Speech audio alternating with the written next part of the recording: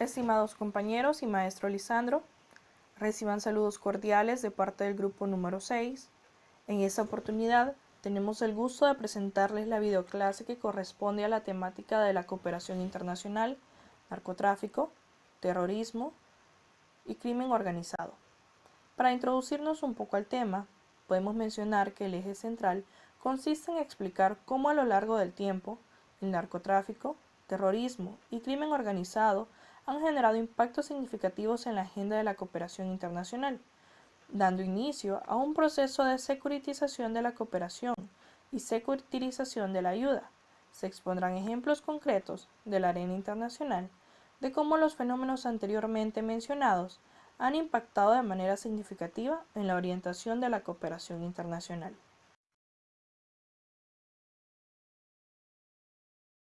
El presente video se divide en 3 secciones, las cuales son la guerra contra las drogas y la cooperación internacional, el caso de Colombia, cooperación internacional contra el terrorismo nuclear, biológico, químico y radiológico, y la securitización de la cooperación internacional al desarrollo, el caso sahelino de Mali y Níger. Sección 1. La guerra contra las drogas y la cooperación internacional, el caso de Colombia. La denominada guerra contra las drogas comenzó en el año 1971 con la declaración del presidente de Estados Unidos, Richard Nixon.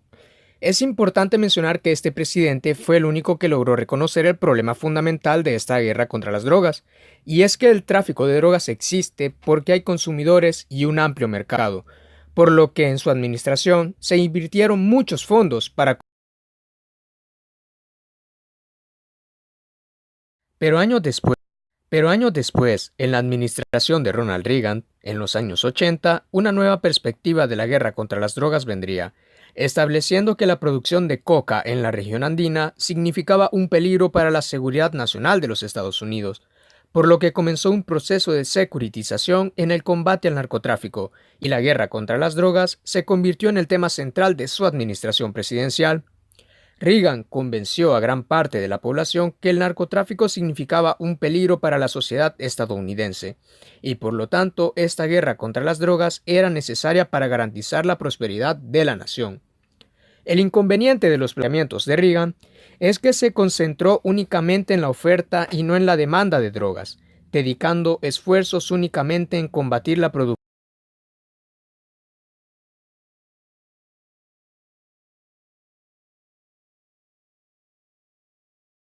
Para esta década, de los años 80, el 100% del cultivo de coca se producía en Perú, Bolivia y Colombia, pero con el tiempo la producción de coca se trasladó en su totalidad a Colombia, y para el año 2000 Colombia se posicionó como el primer país productor y traficante de cocaína en el mundo. Esto es debido a que cuando un país quiere ejecutar acciones para erradicar la producción de drogas, esta producción se traslada rápidamente a otro país, debido a la agilidad de los narcotraficantes para adaptarse a las condiciones que se presenten y de esta manera evitar la intervención de los cuerpos de seguridad. En la administración de William Clinton se siguió la misma tendencia, considerando el narcotráfico como un peligro para la seguridad nacional. Sin embargo, la lucha contra las drogas en este periodo tuvo un leve estancamiento, ya que el presidente de Colombia en ese entonces, Ernesto Samper, no era un aliado de los Estados Unidos ni de sus intereses, por lo que Clinton sancionó al gobierno colombiano por no acatar los lineamientos dictados por la política exterior de los Estados Unidos y por ser un país insubordinado. Samper era visto como un presidente poco interesado con el combate al narcotráfico, por eso no era apto para recibir cooperación estadounidense. Aquí podemos evidenciar cómo los intereses y la securitización de un Estado determinan si un país recibe o no. La situación cambiaría con la llegada al poder por parte de Andrés Pastrana, quien sí era un aliado potencial de los Estados Unidos. A finales de los años 90, Colombia estaba pasando por uno de sus peores momentos sociales, económicos y de inseguridad. Y es que a pesar de la desarticulación de los cárteles de Medellín y Cali, el problema evolucionó, Con la eliminación de los cárteles más grandes, se crearon una serie de cárteles más pequeños o denominados cartelitos, los cuales eran más difíciles de combatir. Con finalidades de lograr la paz en Colombia, el presidente Pastrana intentó negociar con las FARC y se acordó que se les otorgaría una zona de despeje, la cual fue un desastre terrible, ya que las guerrillas utilizaron esta zona de despeje para sus actividades, y entre esas actividades, el narcotráfico. Es en este punto donde se logra evidenciar los nexos de las guerrillas con el tráfico de drogas, ya que es una de las fuentes que dan financiamiento a las guerrillas.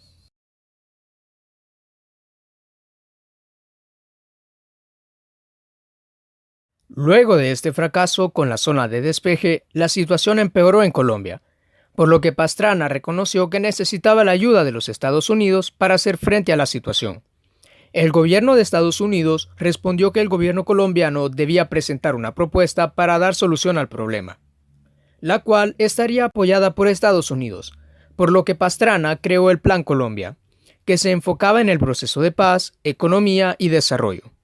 El plan tenía un costo de 7,5 mil millones de dólares. Sin embargo, Clinton utilizó su poderío hegemónico para cambiar casi en su totalidad el Plan Colombia, bajo la premisa de que Estados Unidos no podía designar fondos para el proceso de paz en Colombia porque no querían intervenir en el conflicto armado. Se reorientó el Plan Colombia únicamente para hacer frente al narcotráfico, dejando de lado los temas de la paz, economía y desarrollo. Dicha acción no fue respaldada por la sociedad internacional, por lo que únicamente Estados Unidos financió el Plan Colombia. Existe un trasfondo político muy fuerte con el cambio casi total del Plan Colombia por parte de Estados Unidos, ya que Clinton quería hacerse ver como un presidente capaz en la lucha contra las drogas, y así dejar sin argumentos a sus opositores. A manera general, puede decirse que el Plan Colombia se utilizó para mejorar la imagen del presidente Clinton, no para ayudar a Colombia con sus problemas fundamentales. Es importante mencionar que la razón por la cual el presidente colombiano aceptó la reorientación del Plan Colombia es porque necesitaba los fondos. Aquí puede evidenciarse un proceso claro de securitización de la cooperación, ya que dicha cooperación se otorga de acuerdo a la consecución de intereses del país socio donante, en este caso Estados Unidos como país del norte, condicionando la cooperación a un país del sur, en este caso Colombia. Los acontecimientos del 2001, el cambio de agenda. El presidente Bush va a cambiar la prioridad en su administración presidencial, centrándose en el combate al terrorismo a nivel mundial. En este sentido, el próximo presidente de Colombia, Álvaro Uribe, va a hacer una jugada muy inteligente. Modificó el conflicto armado y clasificó a las guerrillas como terroristas que ponen en peligro la seguridad de Colombia, al denominar a las FARC como narcoguerrillas, y que por lo tanto Colombia necesita ayuda de los Estados Unidos para hacer frente a la lucha contra el narcoterrorismo. Este planteamiento estaba en consonancia con los intereses del presidente Bush, ya que si Bush apoyaba a Colombia a combatir a las narcoguerrillas terroristas, estaría dejando sin argumentos a sus críticos que lo acusaban de estar en contra del mundo musulmán, y de esta forma, si cooperaba con Colombia, estaría luchando contra el terrorismo sin importar el lugar de donde provenga. Al ser aliados contra el terrorismo, Bush y Uribe negociaron la reorientación del Plan Colombia. Esta vez, no solo se contemplaron aspectos en el fortalecimiento de la seguridad, sino que tomaron en cuenta las relaciones comerciales entre ambos países. Al igual que sus antecesores, Bush no consultó a ningún país o institución para reorientar el Plan Colombia y combatir el terrorismo, ya que consideró que Estados Unidos no tenía que pedir permiso para actuar en contra del terrorismo. La cooperación internacional, si bien contemplaba esta vez el comercio, se volvió a dar preponderancia al apoyo del ejército colombiano para combatir a las narcoguerrillas terroristas. Y es conveniente afirmar que esto no solucionó los problemas subyacentes de Colombia, pero ambos presidentes afirmaron que el Plan Colombia era un ejemplo para aquellos países que tenían problemas del narcotráfico y el terrorismo. Siguiendo la misma línea del Plan Colombia, Bush creó el Plan México, que se pasaría a llamar después Iniciativa de Mérida. valorado en 1,4 mil millones de dólares. Esta iniciativa, desde sus inicios, tenía severos problemas, ya que la idea de que lo planteado en Colombia funcionaría en México no es para nada acertada ni congruente. México tiene estructura institucional, cultura e historia distinta a Colombia. Según el autor Benítez Manaut, en materia de narcotráfico hay una serie de diferencias entre México y Colombia. Los gobiernos de Estados Unidos y Colombia definieron la relación entre narcotráfico y terrorismo como narcoterrorismo, el cual se solucionaría con estrategias antiterroristas. El problema con México es que los cárteles de la droga no eran vistos como terroristas, sino como mero crimen organizado. Colombia, como país productor de cocaína, el problema lo tiene situado en el área rural. En cambio, México, al ser un país almacenador de drogas, es un problema que está situado en el área urbana.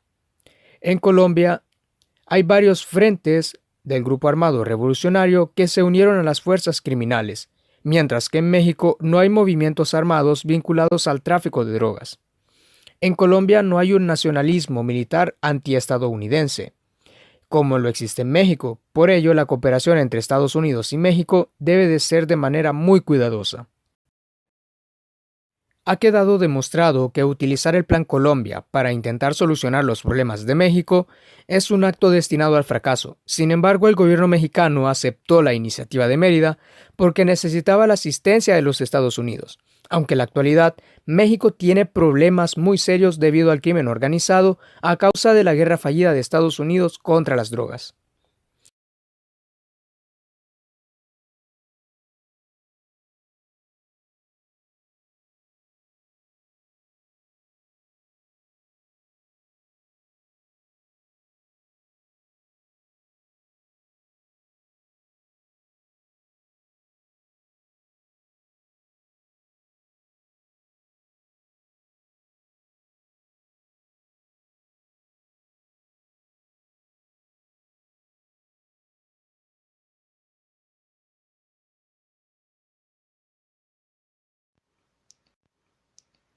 La postura respecto a la lucha contra las drogas cambiaría significativamente con el presidente Obama, ya que se limitó a combatir la marihuana dentro de su territorio. En cuanto a su política exterior, se dedicó a cuidar su soft power, fortaleciendo relaciones con sus vecinos mediante sus visitas. Obama comprendió que no se puede cambiar la agenda de cooperación con base a la imposición hegemónica de los intereses, argumentando que no se puede intimidar a otros países haciendo el uso del poder. El condicionamiento de la cooperación o la securización afectan las soluciones que necesitan los países del sur para resolver las problemáticas sociales. Si hubiese existido una política más abierta por parte de Estados Unidos, dialogando propuestas tanto los países productores y los países que sirven de canal para el tráfico de drogas, podría decirse que la cooperación internacional hubiese dado como resultado el triunfo de esta guerra contra las drogas. El debate queda abierto para cuestionarse si el problema lo genera el país productor o el país consumidor de drogas.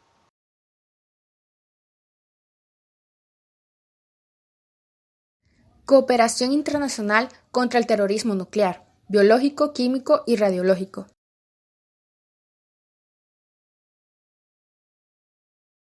En la actualidad, la agenda de seguridad internacional es la prevención del terrorismo nuclear, biológico, químico y radiológico, por lo que muchos países y organizaciones occidentales unen fuerzas para evitar que las organizaciones terroristas tengan acceso a las armas de destrucción masiva. Los grupos terroristas llevan mucho tiempo intentando conseguir armas nucleares.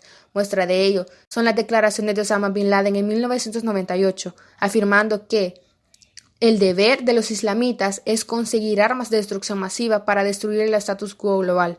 Esto es un tema que causa diversas reacciones a los jefes de Estado a nivel mundial.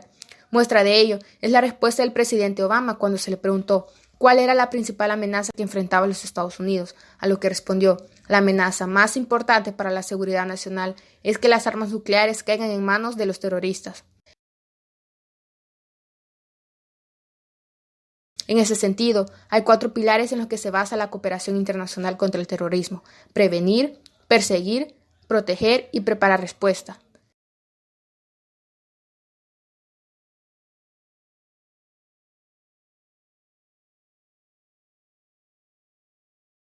Asimismo, la prevención tiene 3 pilares: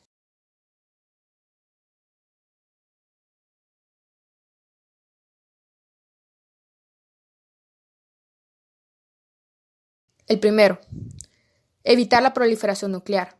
A finales de los años 50, la sociedad internacional comenzó a preocuparse por la proliferación nuclear, ya que en este tiempo muchos estados que tenían armas nucleares ofrecieron proveer uranio a los países que lo solicitaban, a cambio de un régimen de inspecciones para determinar el uso de ese uranio.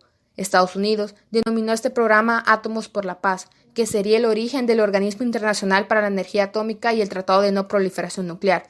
Durante muchos años, países del Consejo de Seguridad de Naciones Unidas distribuyeron unos 20.000 kilogramos de uranio a unos 50 países para reactores de uso civil. Hoy en día, la Administración Nuclear de Seguridad Nacional de Estados Unidos intenta que ese uranio vuelva a países de origen, mediante una devolución voluntaria o comprando ese uranio.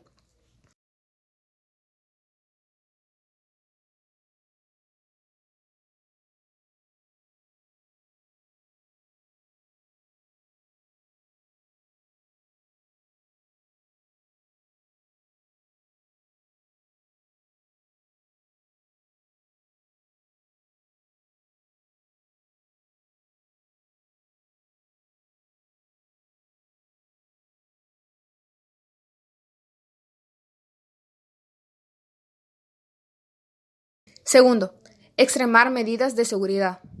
En abril de 2009 se convocó a la Cumbre sobre Seguridad Nuclear en Washington. En su declaración final se reconoce el papel de la cooperación internacional en la lucha en contra del contrabando nuclear. Entre los puntos que se aprobaron tenemos: se exhorta a los estados a cooperar para impulsar la seguridad nuclear y la necesidad de fomentar la seguridad cooperando a nivel bilateral, regional y multilateral. Lamentablemente, la declaración quedaría en un acto simbólico, ya que no tiene efectos vinculantes.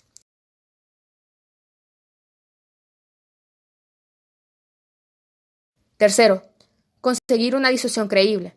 Se basa prácticamente en intentar convencer a los terroristas de no llevar a cabo atentados terroristas, siendo el objetivo difícil de cumplir. Diferente es cuando se intenta disuadir a los estados, ya que se sabe que si un estado comienza a propagar armas nucleares a los grupos terroristas, tendrá una fuerte represalia por parte de otros estados. Incluso se sabe que los mismos terroristas pueden hacerse del poder en un territorio usando esas armas nucleares. Tercero,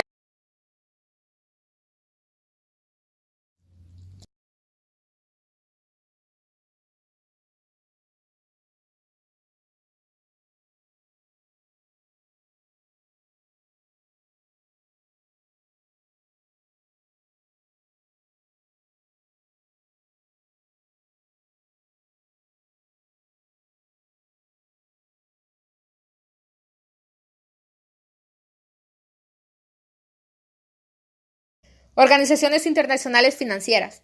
La cooperación financiera ha resultado ser muy útil, ya que ha conseguido limitar los métodos de financiamiento de los terroristas.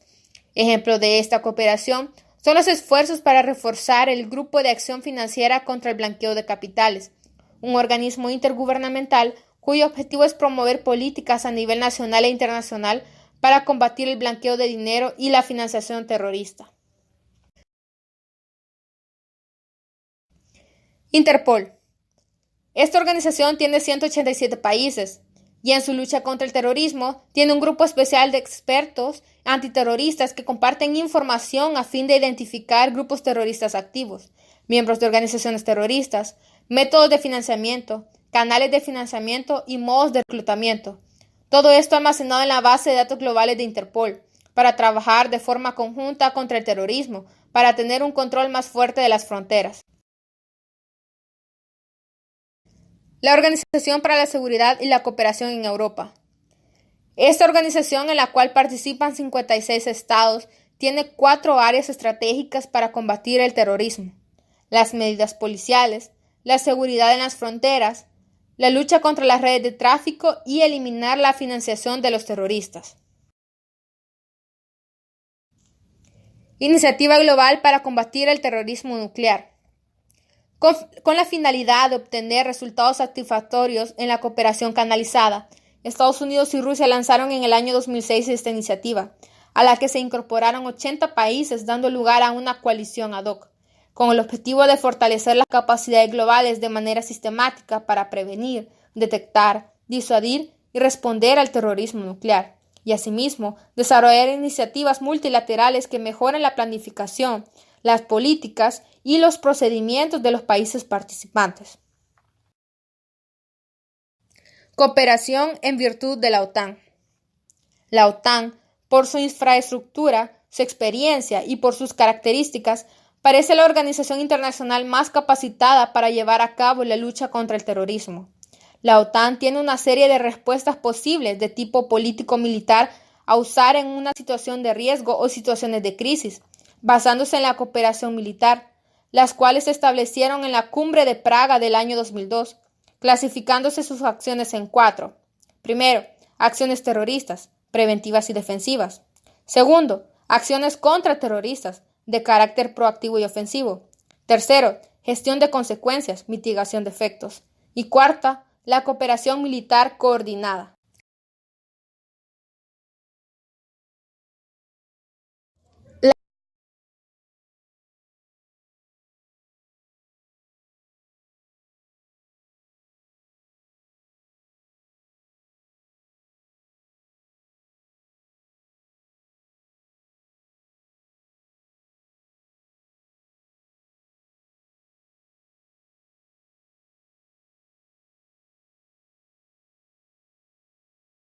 Pakistán. Punto de encuentro entre armamento nuclear y terrorismo. Pakistán es un caso muy interesante. Es el sexto país más poblado del mundo con la población musulmana más numerosa y es el único país musulmán en tener una bomba atómica. Posee uno de los ejércitos mejor preparados para enfrentar fuerzas armadas extranjeras, en especial fuerzas de la India. En este sentido, Estados Unidos e India firmaron un acuerdo sobre cooperación nuclear civil, otorgando tecnología nuclear a la India, a lo cual Pakistán protestó por considerarlo una preparación para un enfrentamiento. Para contrarrestar esto, Pakistán y China negociaron la construcción de 2 nuevas centrales nucleares sin establecer mecanismos de control para evitar que el material nuclear llegue a las fuerzas militares pakistaníes. Aunque el gobierno afirma que el material es altamente vigilado, el riesgo de que el material nuclear llegue a los grupos terroristas talibanes o de Al-Qaeda es muy alto.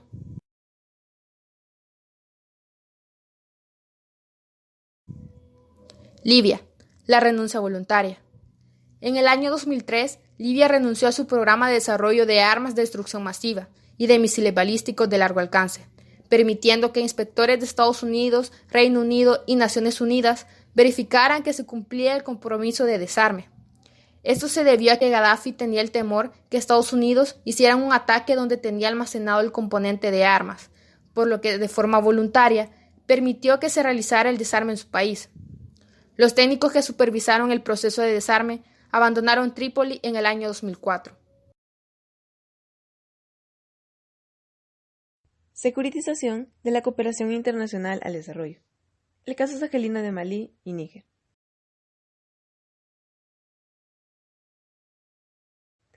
El Sahel es una de las zonas más pobres y desiguales del mundo, conformado por 12 países. Los acontecimientos que suceden en un país afectan a los demás. Esos países tienen constantes emergencias debido al cambio climático, ya sea por inundaciones o sequías, que perduran por largos periodos. Pero en concreto, se hablará de 2 casos en particular, Malí y Níger, ya que son los 2 países que están pasando por una emergencia de seguridad alimentaria, que se agrava por altas tasas de fertilidad y crecimiento poblacional. Si bien esta zona del Sahel no está en conflicto de alta intensidad, dentro de cada país existen constantes amenazas de baja intensidad, que, como los conflictos internos entre gobiernos centrales y grupos de etnia tuareg. Los tuareg son una población nómada, formada por casi medio millón de personas. Están repartidos en la zona del Sahara Occidental, entre Algeria, Marruecos, Libia, Mali y Níger, y han vivido siempre como los dominantes del desierto, entre golpes de Estado, revueltas internas, represión indiscriminada y rebeliones militares. El crimen organizado transnacional en el Sahel. Esta zona geográfica de África ha sido un punto de encuentro perfecto para organizaciones de crimen organizado, que se encargan de la trata de esclavos y la trata de mujeres que emigran a Europa. Este escenario se vuelve más complejo después de los atentados del 11 de septiembre en Estados Unidos, cuando se interviene en la zona del Sahel en el marco de la guerra contra el terrorismo. En 2004 se focaliza la atención en las llamadas industrias del secuestro, ya que son una fuente de ingresos para el crimen organizado que se encarga de secuestrar a turistas y trabajadores occidentales de empresas multinacionales. En ese ambiente de terrorismo y su alianza contra el crimen organizado, bajo la influencia de los atentados del 11 de septiembre, se centra la atención en el Sahel, al ser catalogado como una zona de alto riesgo con presencia de grupos terroristas y criminales. La cooperación, si bien se mostró con orientación al desarrollo, el trasfondo realmente era otro. Ante esta situación, al borde del colapso de los estados sahelinos, entendidos como estados fallidos, estos pueden ser el escenario perfecto de operaciones de terrorismo internacional como Al-Qaeda y su vertiente en África. A esto se le suma que la población, en su mayoría, profesa el Islam. Podría darse la radicalización de estas sociedades en el reclutamiento o entrenamiento de terroristas locales al servicio de Al-Qaeda.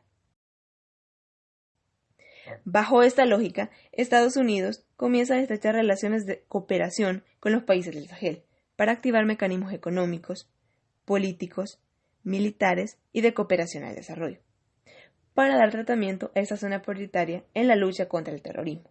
Cabe recalcar que estas fueron mayores presunciones de Estados Unidos, ya que se tiene muy escasa información de las actividades terroristas en la zona del Sahel. Lo que sí es un hecho es que las presunciones de Estados Unidos afectaron directamente en la cooperación internacional para el desarrollo, y en concreto en la ayuda oficial al desarrollo. Es pertinente aclarar que los estados son clave en el diseño de políticas de cooperación para el desarrollo, ya que dichas políticas de cooperación al desarrollo suelen vincularse con los objetivos de política exterior del país donante, con una fuerte vinculación con la agenda de seguridad. En el año 2002 se institucionaliza el vínculo entre políticas de cooperación al desarrollo y políticas de seguridad, con el binomio globalización-seguridad frente al de globalización-desigualdades. Comenzó a hacerse presión en el Banco Mundial para que brindara asistencia a los estados fallidos, y luego el CAD de la OCDE sobre los países en situación del conflicto, haciendo uso de la cooperación multilateral con el papel ejercido por las organizaciones internacionales multilaterales. En el marco de los ODM, el Sahel se ha visto beneficiado con el incremento de flujos de ayuda oficial al desarrollo, específicamente en los temas de reducción de la pobreza, siempre vinculadas con el conflicto de paz, terrorismo y seguridad. En conclusión, estos flujos de AOD dependerán del grado de aceptación que los países socioreceptores acepten la vinculación de AOD con el tema de terrorismo y seguridad, generando un proceso de seguritización que tiene los siguientes efectos. 1. La reubicación geográfica y de los flujos de AOD. 2. El uso y condicionalidad de la AOD. En el marco de los ODM, el Sahel se ha visto beneficiado con el incremento de flujos de ayuda oficial al desarrollo, específicamente en los temas de reducción de la pobreza, siempre vinculadas con el conflicto de paz, terrorismo y seguridad. En conclusión, estos flujos de AOD dependerán del grado de aceptación que los países socioreceptores acepten la vinculación de AOD con el tema de terrorismo y seguridad,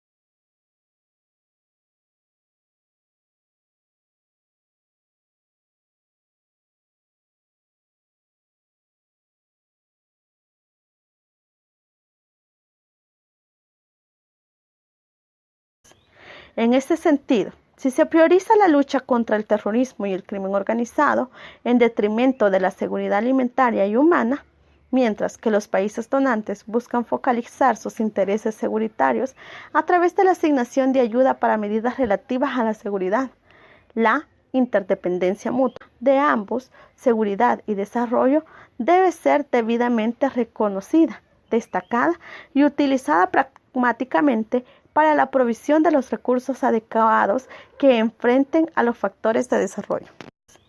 En este sentido, si se prioriza la lucha contra el terrorismo y el crimen organizado en detrimento de la seguridad alimentaria y humana, mientras que los países donantes buscan focalizar sus intereses seguritarios a través de la asignación de ayuda para medidas relativas a la seguridad, la interdependencia mutua de ambos, seguridad y desarrollo, debe ser debidamente reconocida, destacada y utilizada pragmáticamente para la provisión de los recursos adecuados que enfrenten a los factores de desarrollo.